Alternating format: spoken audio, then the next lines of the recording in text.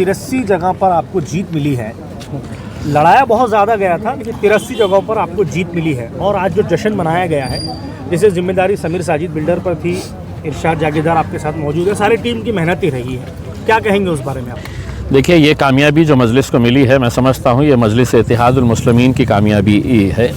हर वो नौजवान जो इसके लिए मेहनत किया, कोशिशें की, हैदराबाद से हमारे काफ़ी सारे MLAs आए, वो लोगों ने मेहनत किए।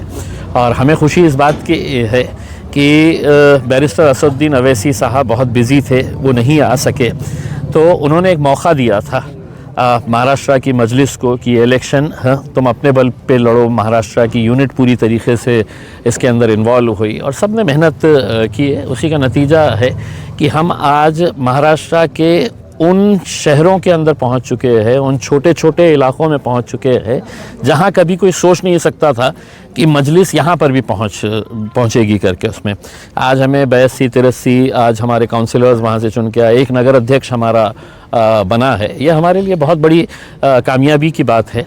हाँ, कुछ इलाक़ों के अंदर जहाँ पे हमें उम्मीदें ज़्यादा थी, वहाँ पर जैसे नतीजे आने चाहिए थे, वहाँ पे वैसे नतीजे नहीं आए हैं। हम उसका पूरा रिव्यू लेंगे कि क्या वजह थी, इतने सारे सीटें वहाँ पे लड़ाने के बावजूद भी मतलब वहाँ पर नतीजे क्यों अच्छे नहीं आए हैं करके। इस इलेक्शन के दौरान कुछ धांधलियाँ भी हमारे सामने आई थी और मैंने पहले ही ये बात कही थी कि रिज़ल्ट जिस दिन आएगा उसके फ़ौरन बाद उनसे रिपोर्ट मांगी जाएगी। और मेरे हिसाब से अब वक्त आया है कि कुछ लोगों को घर पे आराम करने दिया जाए करके, क्योंकि मजलिस की पोस्ट लेकर अगर आप बैठेंगे और अपने इलाके के अंदर अगर आप मजबूती नहीं लेकर आएंगे, कामयाबी नहीं लेकर आएंगे, तो मेरे हिसाब से वो पद की जो गरिमा है वो उसके ऊपर आप खरे नहीं उतर रहे हैं। तो सबका जिन जिन लोगों ने धांधलियाँ किए थे उनके नाम आए हैं, वो लोग तो 6 साल के लिए मजलिस से बर्खास्त ही किए जाएंगे और बाकी जो ज़िम्मेदार है उन इलाक़ों के, उन लोगों के ऊपर भी मेरे हिसाब से कहीं ना कहीं कुछ ना कुछ तो कार्रवाई होगी, तो ही एक के ऊपर मार पड़ेगा जब तो दूसरा संभलेगा उसमें। आज तक ये होता था कि लड़ रहे हैं इलेक्शन, हारो जीतो कोई पूछने वाला नहीं था। हमने सबको, ये इलेक्शन जो है हमारी कहीं पर भी इम्तियाज़ जलील ज़ाती तौर के ऊपर कहीं पर भी कोई मुदाखलत नहीं किया। हमने समीर साजिद साहब के ऊपर ज़िम्मेदारी दिए, वहाँ पे पूरी यूनिट्स को अलग अलग ज़िम्मेदारियाँ दे दी गई थी। इसमें अब जितनी मेहनत करना था हमने सब ने किए है। मेरी ख़ुद की ख्वाहिश थी कि कम से कम हम 100 तक तो पहुंचना चाहिए करके, लेकिन चलिए जितने आए हैं उससे भी हम खुश हैं। आगे और मेहनत करेंगे। एक मिशन कंप्लीट हुआ है, अब महानगर पालिका के अंदर लगे रहेंगे। एक सवाल जो है, जिस तरीके से बुरखे को लेकर एक मामला चल रहा है, नीतीश कुमार ने जिस तरीके से जो नकाब हटाया था वो मामला थमने का नाम नहीं ले रहा है। अभी हाल ही में बीजेपी के एक सांसद ने कहा है कि मामला इतना बड़ा नहीं है जितना बड़ा बनाया गया है। उस मामले में आप क्या सोच रहे हैं? देखिए, घटिया सोच की लोग जो है वो घटिया ही बातें करेंगे उसमें। मेरे हिसाब से किसी राज्य का मुख्यमंत्री हो या देश का वज़ीर आज़म, पंतप्रधान हो या दुनिया का सबसे बड़ा आदमी क्यों ना हो, किसी भी ये इख्तियार नहीं है कि किसी बच्ची का नकाब वो अपने हाथों से खींचे करके उसमें।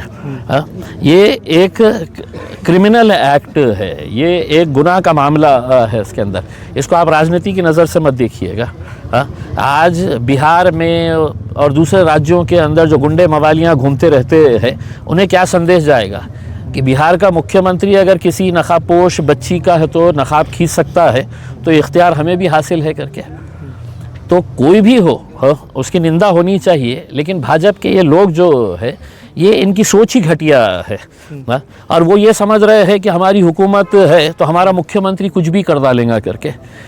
असल में क्या हो गया है कि हम लोगों ने इनको इतना बर्दाश्त कर लिए है कि ये लातों के भूत अब बातों से नहीं मानते हैं करके। इस वजह से जब उत्तर प्रदेश के एक मंत्री ने ये कहा कि ये तो सिर्फ नकाब हटा है, अगर हाथ इधर उधर चले जाता था तो हमने उसको किस तरीके का जवाब दिए है। वो ये समझ रहा है कि हम कुछ भी बोलेंगे और तुमको खामोशी से सुनना पड़ेगा करके। तो हम कोई दूसरी जमात से ताल्लुक़ रखने वाले नहीं है जो गूंगे मुक्के और बहरे की तरह है। तू जिस ज़बान में बात करेगा हम उसी ज़बान के अंदर तुझे जवाब देंगे। एक आखिरी सवाल है, अभी अफवाह इस तरीके की है कि शिंदे गठ को बीजेपी थोड़ा हल्के में ले रही है। सूत्रों के हवाले से बात पता चली है कि कांग्रेस के टच में शिंदे गठ है। आपको क्या लगता है, क्या सरकार चलेगी, रुक जाएगी, या महानगर पालिका के बाद कहीं ना कहीं सरकार गिरने के संकेत है? देखिए, राजनीति के अंदर कुछ भी मुमकिन हो सकता है। उसमें अगर बीजेपी अगर एकनाथ शिंदे को हल्के में ले रही है तो यही वो एकनाथ शिंदे है जो कुछ दिन पहले अपने माए बाप शिवसेना उद्धव ठाकरे को हल्के में लिए थे उसमें। तो जैसी करनी वैसी भरनी। अब आपने पहले लालच में आके 50-50 खोके लेके है तो सीधा गुवाहाटी जाके बैठ गए थे उसमें। अब उनको पता चल रहा है कि भैया इसका खामियाजा भाजपा कभी भी उनको मक्खी की तरह निकाल के है तो बाहर फेंक सकती है उसमें। सवाल ये है कि गठबंधन ये बना रहे हैं, ये कांग्रेस के टच के अंदर है। आज महाराष्ट्र के अंदर मैं ये समझ के चलता हूँ कि अगर सबसे मजबूत जमात कोई है, भाजपा, शिवसेना, एनसीपी, कांग्रेस से बढ़कर भी अगर सबसे ताकतवर कोई जमात है तो वो मजलिस इत्तेहादुल मुस्लिमीन है। हम किसी के पास नहीं जा रहे हैं कि हमारे साथ गठबंधन कर लो करके। जो कमज़ोर होता है वो तलाश करते रहता है कि किसका सहारा मिलता है मुझे, कौन मुझे है तो मुझे सहारा देके खड़ा करता है करके। अरे अल्हम्दुलिल्लाह हम तो अकेले मैदान के अंदर आएंगे और इंशाल्लाह अकेले पूरी ताकत के साथ लड़ेंगे।